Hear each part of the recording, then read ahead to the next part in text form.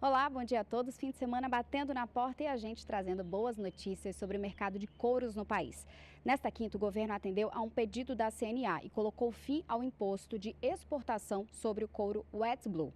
A decisão foi aprovada pela Câmara de Comércio Exterior. O imposto sobre o couro Wet Blue foi criado em 2000 e a CNA defendia o fim da alíquota de 9%, porque prejudicava a competitividade da pecuária brasileira no mercado internacional e a renda do produtor rural. Ainda segundo a Confederação, o couro, que é um dos principais subprodutos do abate de bovinos, estava desvalorizado e isso influenciava na composição do preço da arroba. E agora, boa notícia, só que do Ministério da Agricultura. O sistema eletrônico de produtos veterinários está trazendo mais segurança porque evita aí o mercado clandestino. O novo sistema eletrônico Publivet foi instituído pelo MAPA com a Instrução Normativa 28. O cadastramento dos produtos no novo sistema deve ser feito pelo proprietário do registro ou responsável técnico da empresa no prazo de 45 dias a contar da publicação, que foi no dia 6 deste mês. Ou seja, se encerra no dia 22 de outubro. Mais de 10 mil produtos de uso veterinário estão registrados no MAPA e inclui itens para animais de produção e linha PET. Segundo o MAPA, a vantagem do sistema para quem cria é o acesso a uma linha confiável de produtos sem risco à saúde dos animais e das pessoas. Um ótimo fim de semana para todos. Catarina Martorelli para o SBA.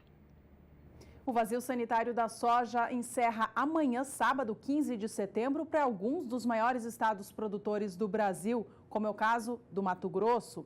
Por lá, os sojicultores já poderão dar início à semeadura da safra 18/19 do grão a partir do domingo. A ProSoja local está a campo fazendo a coleta de amostras de sementes. Valdir Pacheco tem mais informações.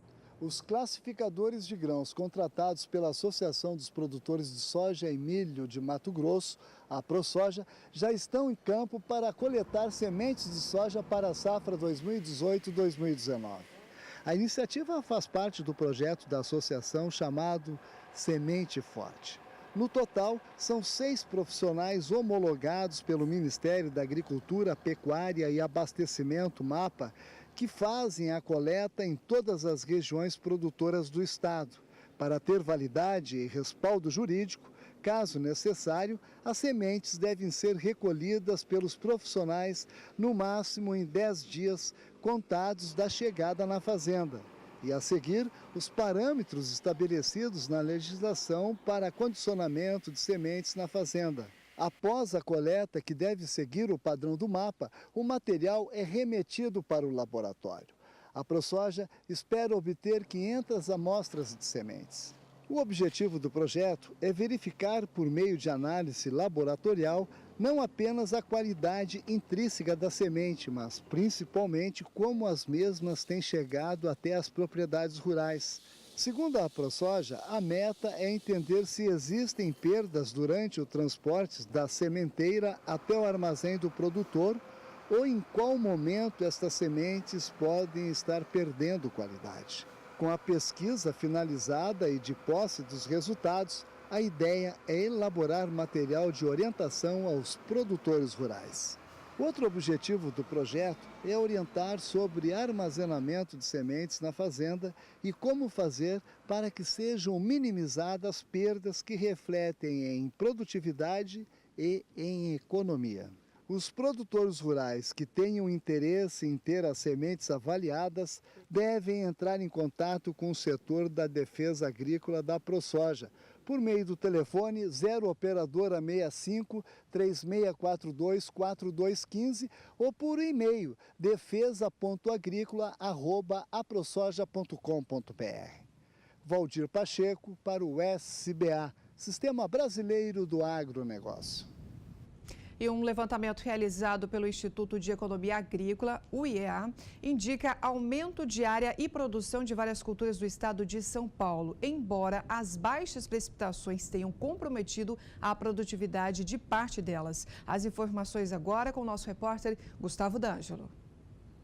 A falta de chuvas no segundo trimestre deste ano ocasionou redução nas expectativas de produção de culturas importantes para a economia aqui do estado de São Paulo.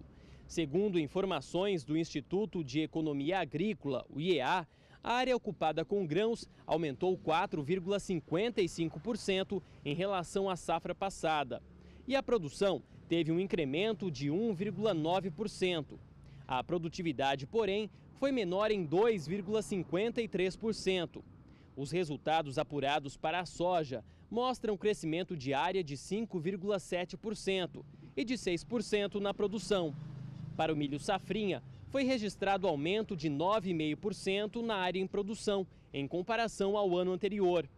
Esse resultado mostra que os produtores estavam animados com a cultura, mas a queda significativa de 20,2% na produção, em virtude da produtividade inferior em 27,1%, comprometeu as boas expectativas para a produção. Para o café, constatou-se nova elevação na estimativa de quantidade a ser colhida em 2017 e 2018, totalizando 5.800.000 sacas, ou 348.800 toneladas, o que representa incremento de 29,1% quando comparada à temporada 2016-2017. Gustavo D'Angelo para o SBA. A dificuldade em controlar o mofo branco tem levado cooperativas do Rio Grande do Sul a capacitar técnicos para tentar evitar a entrada da doença nas plantações, especialmente as de soja. Se não controlado, o fungo pode comprometer mais da metade da lavoura. Saiba mais na reportagem de Annelise Nicolodi. O mofo branco é uma das doenças mais ameaçadoras da agricultura brasileira atualmente, principalmente quando se fala em lavouras de grãos. As culturas infectadas podem sofrer prejuízos de até 60%. O mofo ele tem aparecido em diversas culturas, principalmente na soja, feijão, mas no próprio inverno a gente tem algumas culturas que podem multiplicar o mofo, inclusive podem ser fonte de entrada da doença na lavoura quando não são utilizadas sementes de qualidade. Então a gente tem como exemplo o próprio nabo ou a canola, Então também são culturas onde a gente tem que ter um cuidado com a escolha da semente, porque pode ser uma fonte de inóculo para a lavoura de soja. Mas, com certeza, o principal problema, até em termos de perdas que pode ocasionar na cultura, está relacionado à soja. Hoje a gente tem, principalmente nas últimas safras, onde a gente teve uma boa condição de umidade associada a temperaturas mais baixas, nós vimos um aumento na intensidade de mofo em praticamente todas as regiões do Rio Grande do Sul. Então, o que se via antes era essa doença ela mais localizada em regiões de altas altitudes, acima de 600 metros. E nos últimos 2 anos, nós temos visto essa doença aparecendo em regiões onde antes não era tão comum.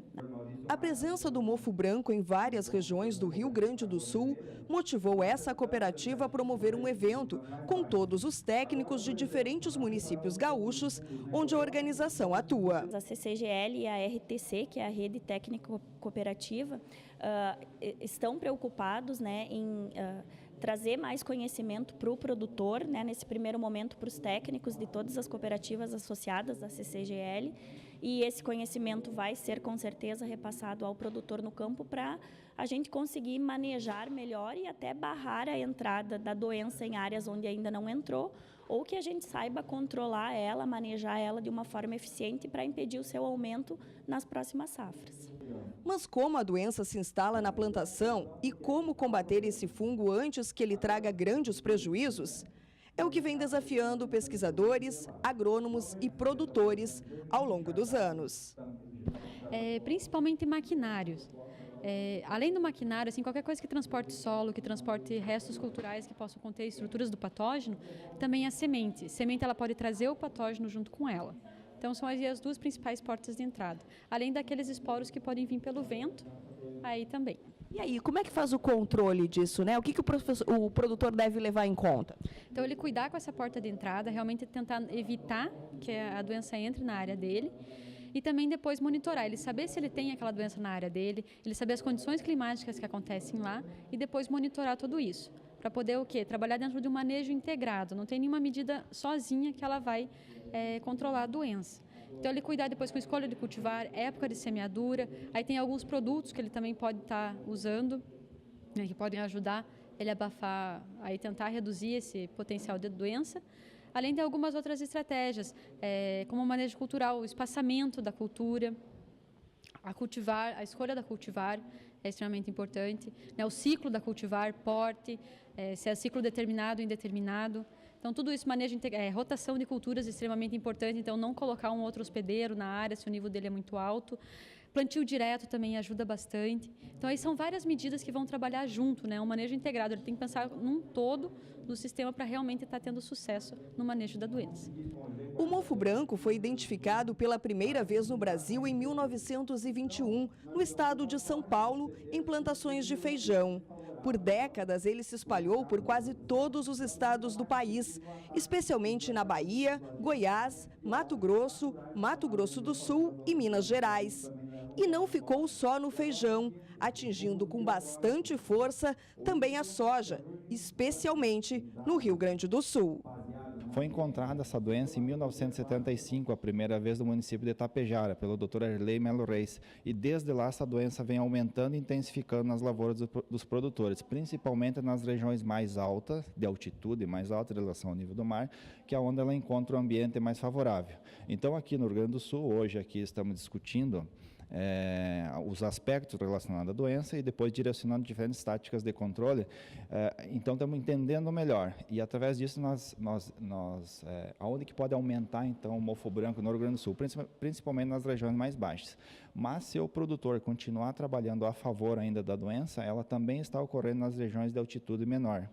Então, por isso que eu reforço, que o conhecimento vai ser importante, porque desta forma vamos conseguir direcionar diferentes táticas de controle para o produtor integrar dentro do sistema de produção dele, nas diferentes regiões do estado e do Brasil, e aí conseguir sim conviver com a doença com um banco de escleróides, de inóculo, que seria a semente do fungo mais baixo no solo. Então, o principal caminho é esse aí. Por que o mofo branco vem aumentando, então, desde 1975, principalmente nas regiões mais altas, e porque o produtor vem trabalhando a favor, com pouco conhecimento sobre a doença. Então, eventos como esse, promovido pela CCGL e a FECOAGRO, é muito importante para a conscientização de todos os técnicos, agrônomos e produtores envolvidos, então, com o agronegócio, com a produção de grãos aqui no estado.